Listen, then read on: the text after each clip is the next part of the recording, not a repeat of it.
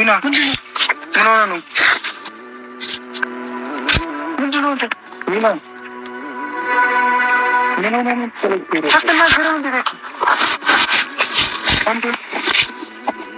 Wina. No. No,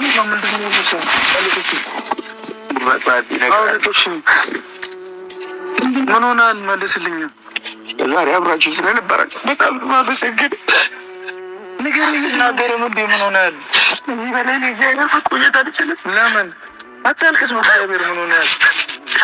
በጣም ከባድ የሆነ ነገር ተፈጠረው። ምን ተፈጥሯል?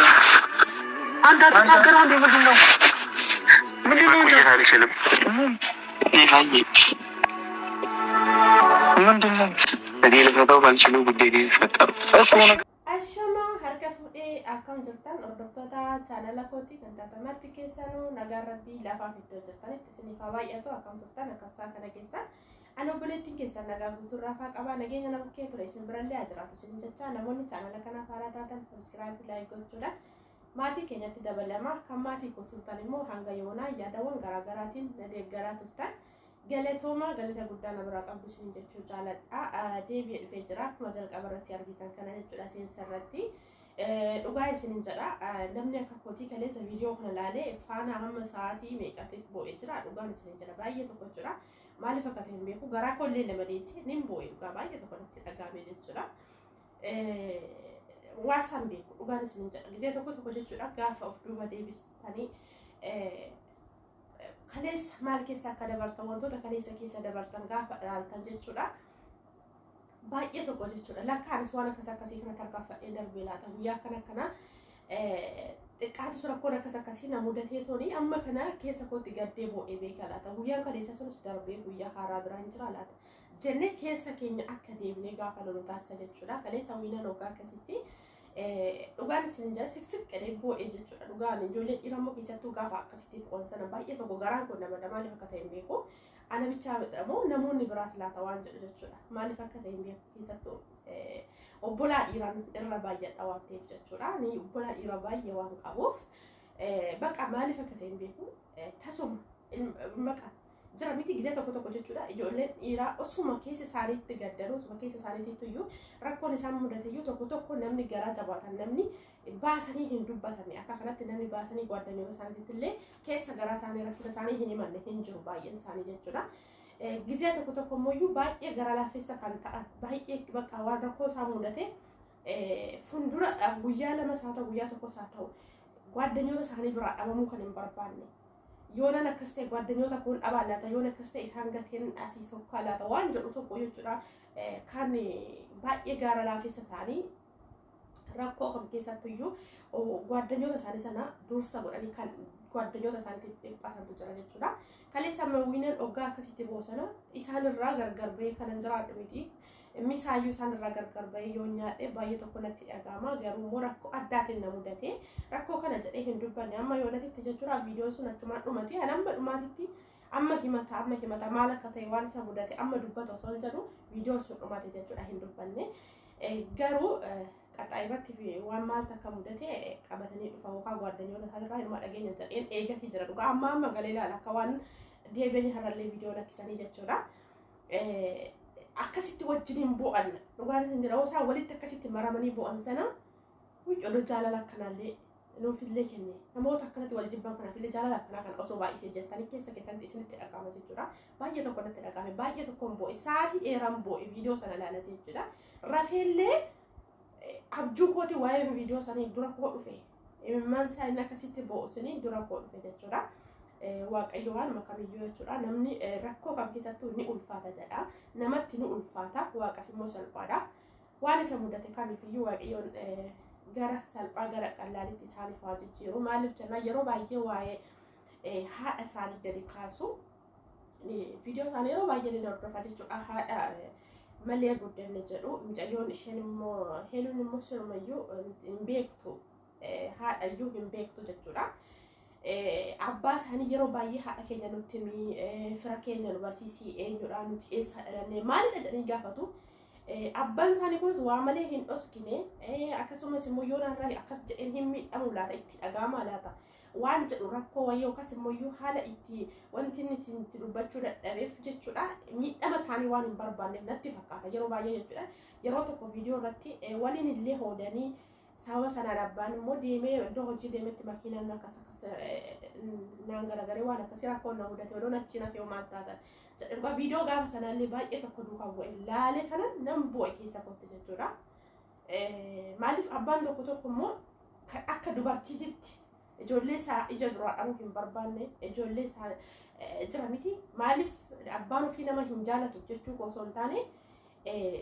namoonni baay'een ni beektan mana keessatti jechuudha hammam kan gadi fageenyaan isin hubatuu fi haadha keessan gadi fageenyaan rakkoo keessanis ta'e maalis ta'e baqa ijoollee koo jedhee kun yeroo baay'ee tan afaan hin baasee dubbatu jechuudha abbaan osuma jaalatiyyuu waan kamiyyuu keessa isaatti hojiidhaan agarsiisa malee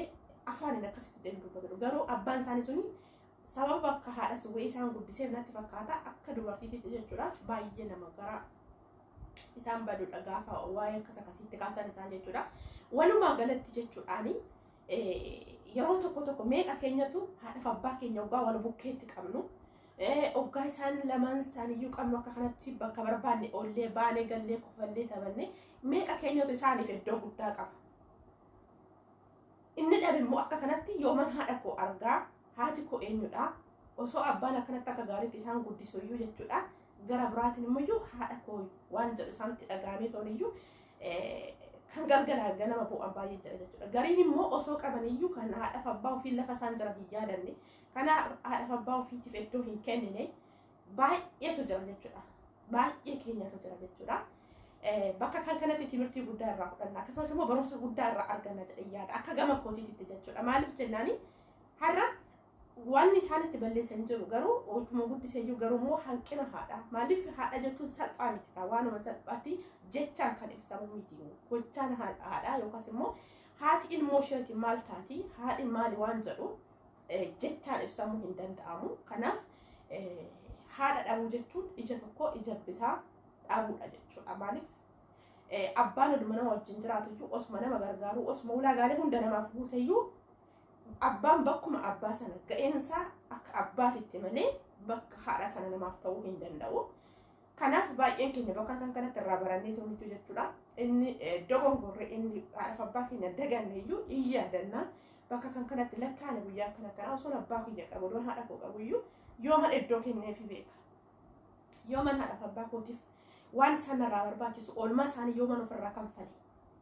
oolmaa haadhaaf abbaan koo naaf oolan ani yooman ofirraa kanfale jennee meeqa keenyatu duuba keenya garagalee of gaafata dhugaa barumsa guddaa namaa ta'a baay'ee tokko jechuudha haa ta'u malee walumaa galatti rakkinni kaleessa isa mudatee waan kana jedhee ifa baasee hin dubbanne ijoollee baay'een hedduutu callaqama jechuudha maaliif gaafa akkasitti immoo agartan keessan simbadaa maal ta'e maaltu isa mudate rakkoon kana duraan kan kana caalu maaltu isa mudate akka kanatti bo'uu danda'e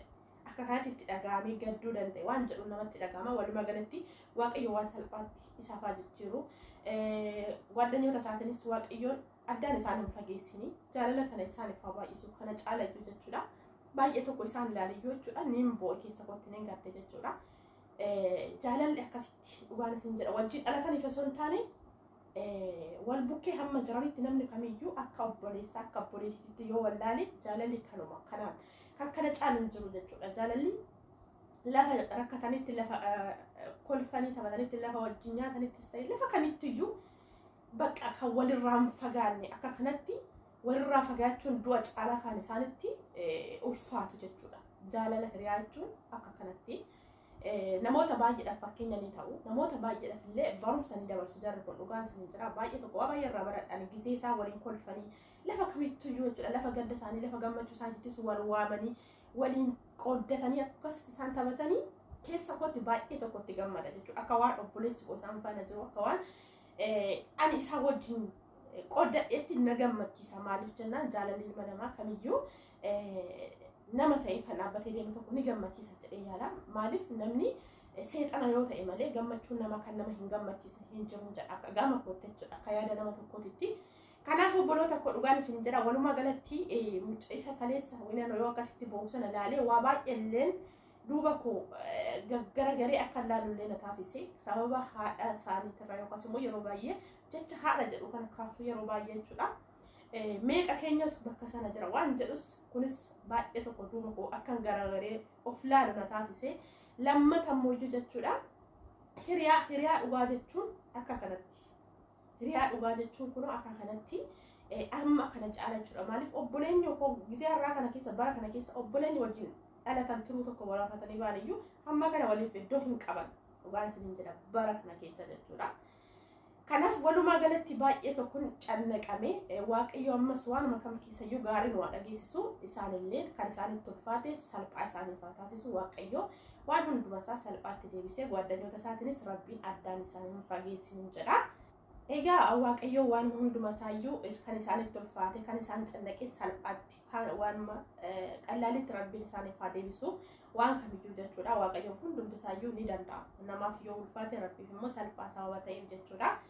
Egaa yaadni nani har'a qodachuu dhufe isuma kana fakkaata. Namoonni mee akka koo kanatti waa hedduun isinitti dhagahamee dudduuba keessan gaggaragartanii ilaaltanii gaafii hedduu sammuu keessan keessa dhufe yaada keessan koomentii jalatti naaf kaa'uu hin dagatinaadha. Maaliif jennaan namoonni waan akkanaa bu'aa bahii hedduu kana keessa darbee tarii waanuma xiqqoo waanuma salphaa fakkeenya waan sana wal fakkaatu gaafa argeef duuba garagaree waa baay'ee illee yaadata. Kaleessa isaan ture har'a isaan jira. Namni kamiyyuu rakkatullee ni darba keessa. Cannaqamullee gaddullee keessa darbuu waanuma jiru jennee keessa keenya amansiisna. Namni sunillee immoo akka rakkatetti akka nafni keenya keessa keenyatti jechuudha. Abdii qabna jechuudha. Maaliif namni kamiyyuu rakkataa hin cannaqama hin dhiphatallee dhiphina san keessallee ni darba salphumatti jechuudha. Hin darbama wanti hin dabarre hin jiru. Kanaaf isaanillee waaqayyo walumaa galatti waan qallaalii waan salphaatti isaaniif jijjiiru jedha. Yaada keessan koomentii jalatti nan eega. Mee maaltu isinitti dhagahame akka koo kanatti isinoo keessa keessanitti maaltu isinitti dhagahame waan jedhu jechuudha.